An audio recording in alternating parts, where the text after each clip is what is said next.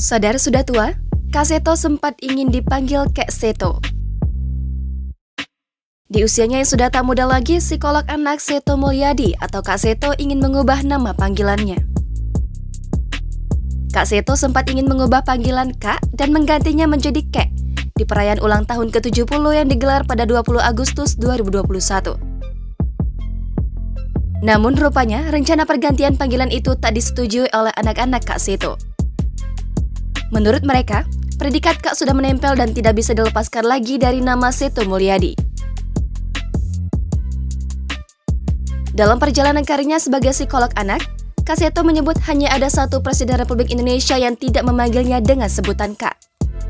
Presiden yang dimaksud adalah Soekarno.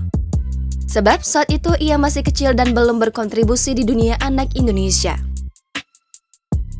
Predikat Kak sendiri diberikan atas jasa Seto Mulyadi dalam membina anak-anak Indonesia selama lebih dari 40 tahun.